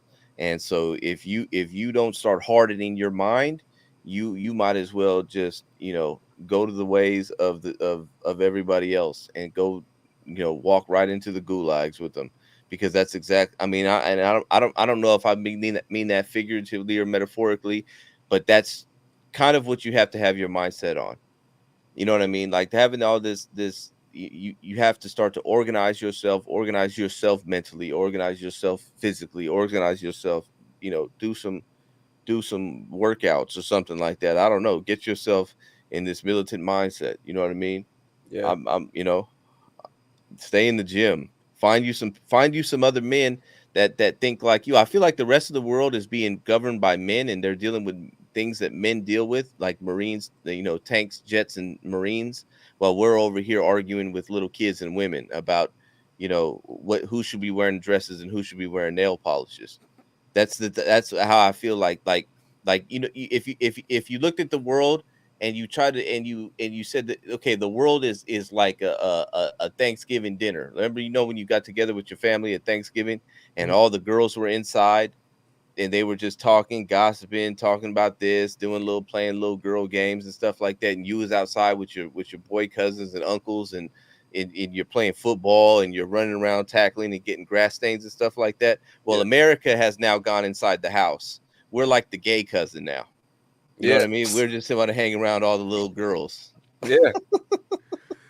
It's funny, man, but that's the perception around the world, and we're losing some of that clout. So we gotta figure something out. Man up. Yeah.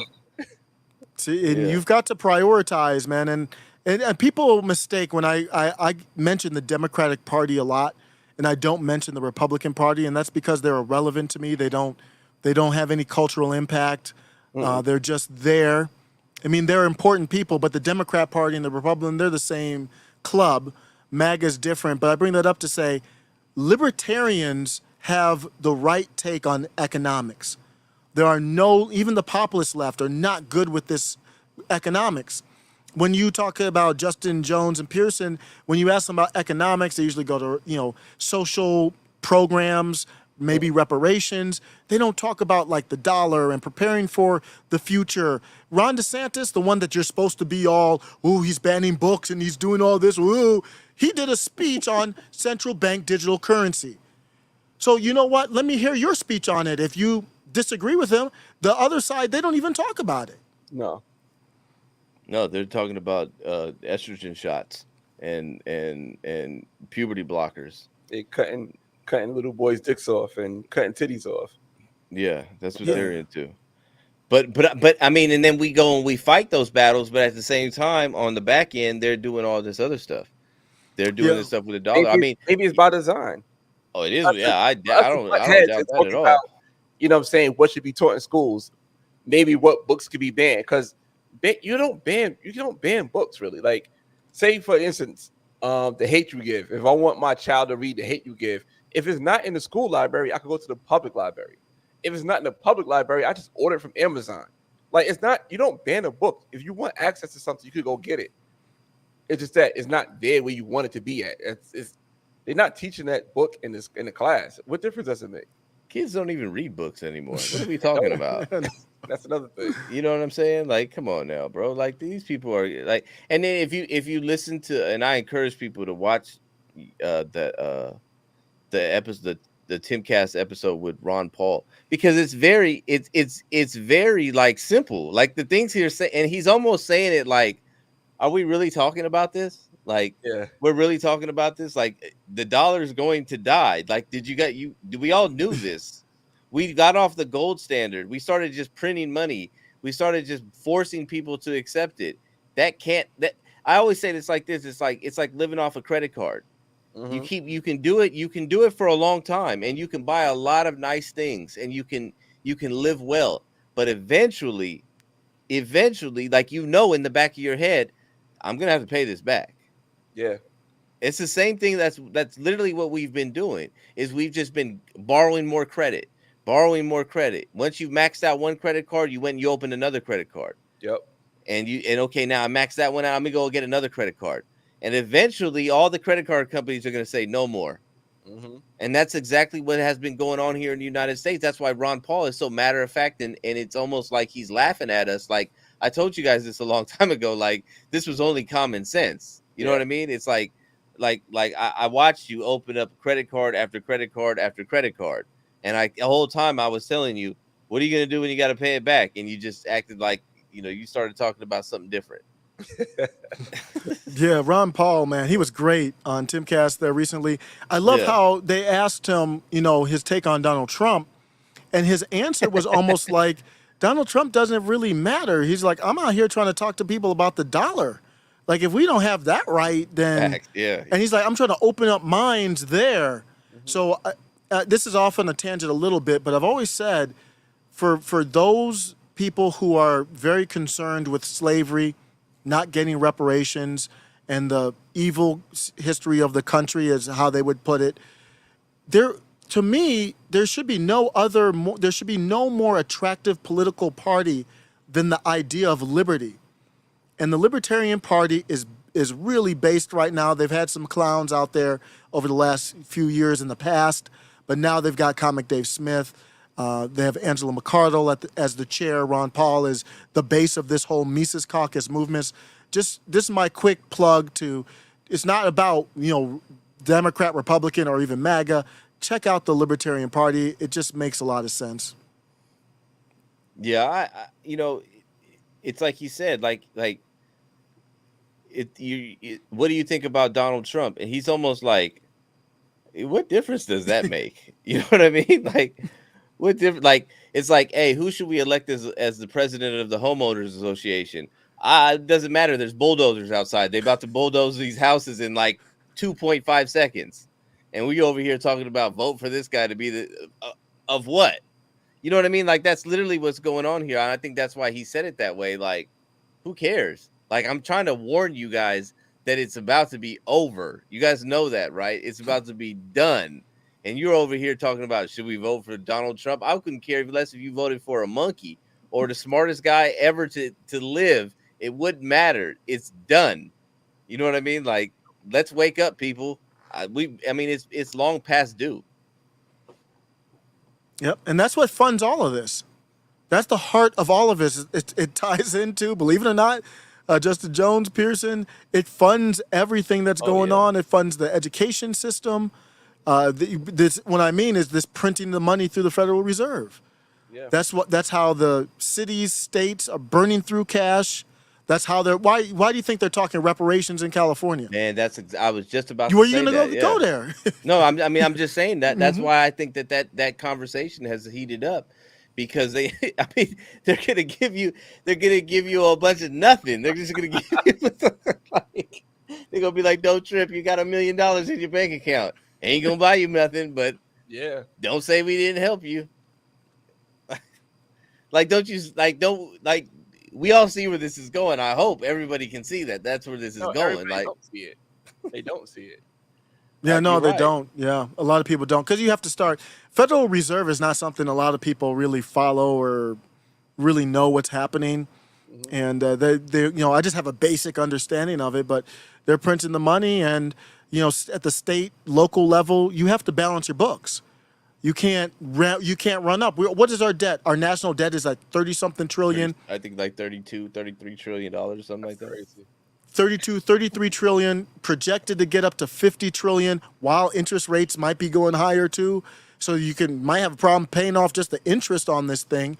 But you have that going up. During the pandemic, they used it as an opportunity to bail out Chicago, San Francisco, all these states and local areas. They took the money. They were doing lottos for jabs and all kinds of crazy stuff, and now they're in debt again. So, I mean, at some point, the credit card runs out, and the way it's going to look for us is the dollar doesn't mean much. Not going to buy you anything. Yeah, that's what I'm saying, and that's why that's what I'm saying with these activists. It's like you all these years have been talking about systemic racism. And then when the system says, hey, guess what? We're thinking about giving you guys some money. Nobody in that whole camp goes, wait a minute here. I think there's a reason for this. Let's look into this. Nah, they just want the money. They just want their prayers to be answered. They want the ancestors to come through to them and give them the cash. And at the end, like you said, what is the money going to be worth? Nothing. If we have inflation out the ass right now, if we give every black person in San Francisco $5 million, what do you think inflation is going to be after that? It's like that's the end of the game. $5 million is going to be worth what, 20,000, if that. Yeah, it's going to be like Germany, where everybody's burning money to keep the heat on. Yeah. It'll be like the Joker sitting on a pile of cash and just burn it up. It's not going to mean nothing. Yeah. It's not going to mean nothing. Like you've been saying that it's nothing but empty promises and that they're selling you pipe dreams, and then when they've actually doing it right now, you don't want to look at that. You're like, no. This is it. This is the movement we got to get behind. Yeah. It's like, bro, they want to give you reparations in dollars. That means zero. Yeah. Yeah, I think Hotep Jesus was like, way back about a year ago, was like, if you're going to do reparations, you got to pay me in crypto or something like that. He's like, I don't want that fiat money. Yeah, they're not going to do it in land. I'll guarantee you that. Mm-hmm. Oh, yeah. Yeah, you land even better. You might get a mule. You'll get $50 million in a mule. The mule will be worth more. Yeah. As meat. Mm-hmm. I got to give him my vegan card because that's all I can eat now. Is the mule. Mm-hmm. I got to make that stretch for I don't know, until I get out the country. Oh man, yeah, it's gonna be bad, but man, we'll be all right. I know that there's some cool people that we could get together, and we'll be all right, man. That's the main thing.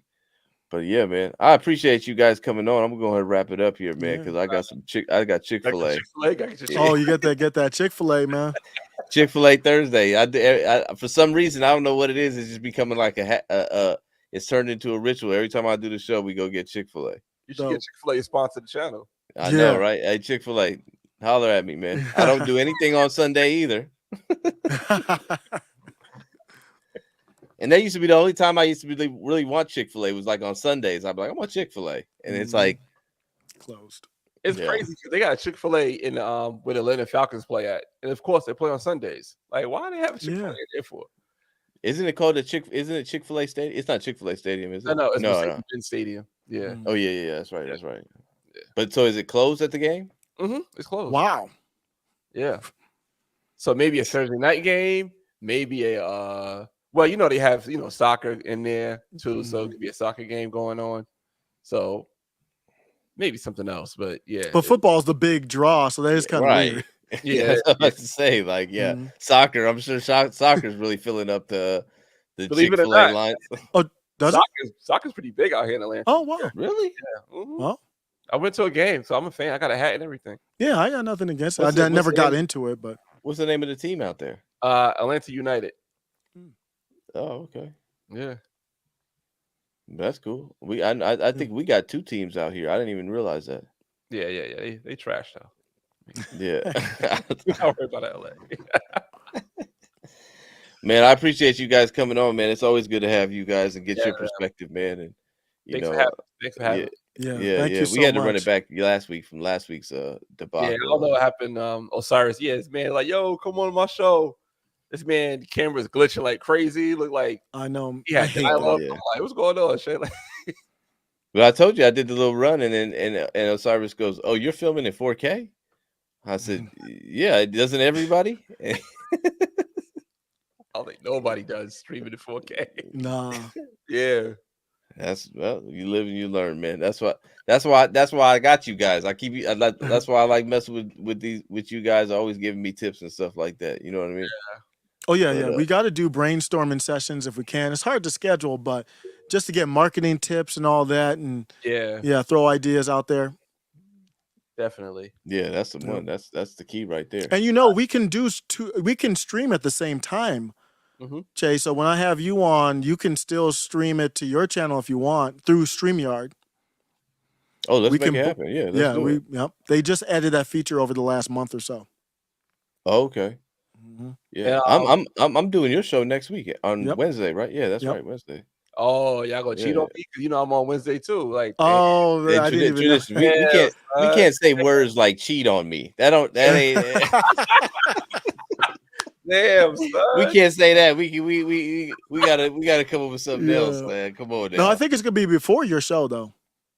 I think it's gonna be before your show. I'm 8:30 p.m. Eastern Standard Time. Yeah. We're gonna. Is it or is it? Oh no, it's gonna start right at the same time then. No, I thought you said 4:30. No, it's gonna end before your show. So okay, yeah, we'll shout you out. I'll take it. It'll end right when your show starts. I'll be watching. I'm watching the clock when I watch this show. Yeah. That's why I mess with you because I like the Wednesday. I try to get a.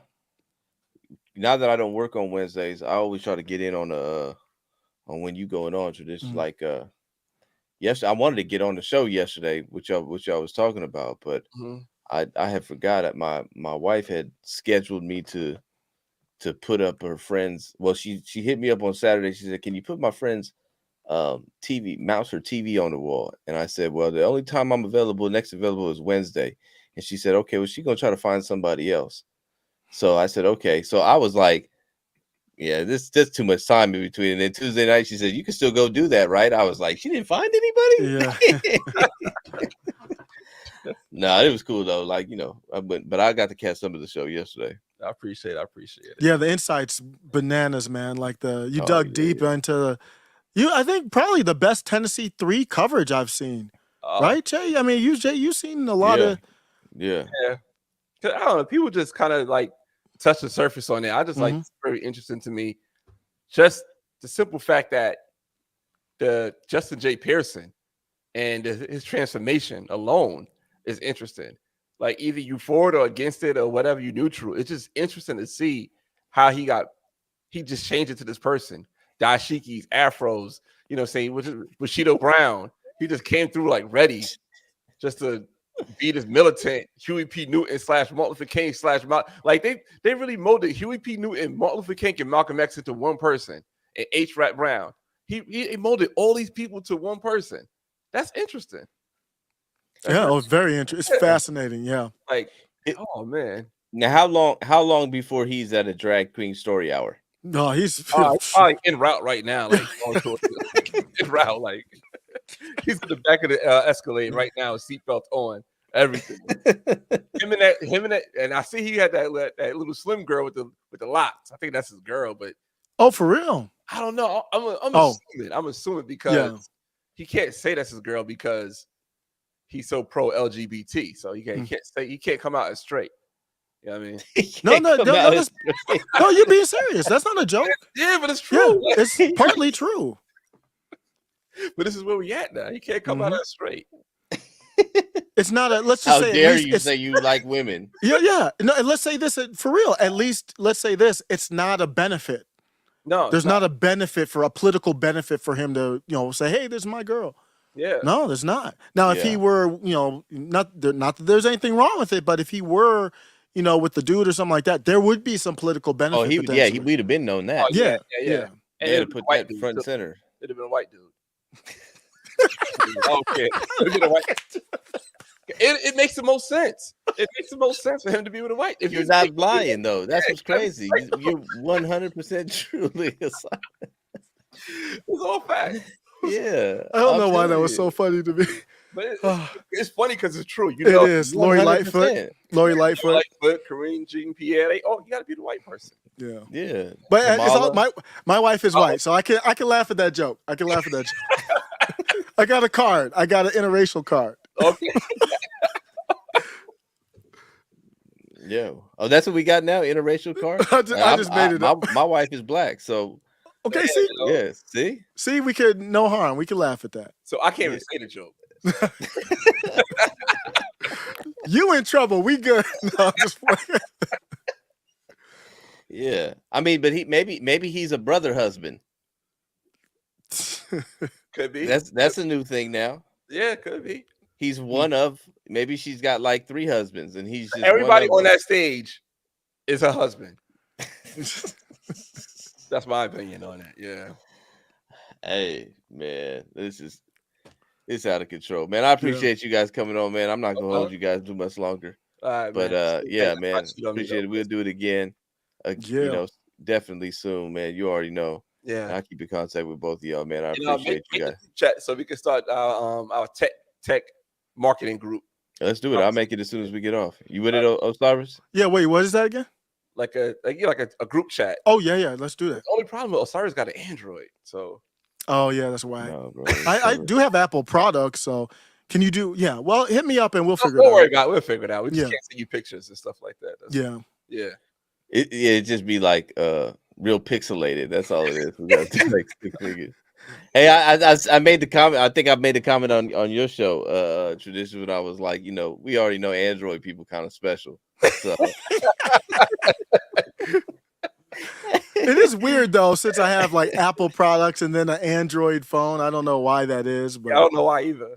I don't know why that's a thing. Like every time, like you get somebody's number or something like that, you be like, oh, okay, and then you hit them up and you see the green text, you be like, respect level just a little bit kind of went down. Like my son, he got this girl's number. He was like, oh, Dad, she looks so good. She smelled good. He texted her. He said, Dad, she got a green bubble. Damn, man. That's hilarious. He was heartbroken. He was heartbroken. He didn't take it serious after that, huh? No, that was it. He was just kind of like, yeah, well, I mean, we could go to Chick-fil-A, I guess. Oh man, again, man. I appreciate you guys coming on, man. We'll do it again soon. All right, later. All right, I'm gonna go ahead and close this out real quick, man. All right, man. Once again, man, I appreciate everybody for tuning in. If you was listening to the replay or you listening to it on all your podcast stations or whatever it is, Apple, Spotify, all that, man, give us a 5-star rating. I appreciate it. If you are on YouTube watching the replay or watching it live and you have not subscribed, go ahead and hit that subscribe right now. Also, turn on your post notifications so you know when we're going live or when I got a new video out and stuff like that. Also like, share, comment, do all the things that you're supposed to do in order to drive the algorithm up. I really appreciate everybody for tuning in. Appreciate everybody's input. Those that were in the chat, you kept chat live. This was a good conversation, man. This is the type of things that we need to talk about. And this is what we do every single week here, every Thursday, right here on YouTube on the No Spoon Podcast, where we talk about culture, politics, and common sense. My name is Shay. Until next time.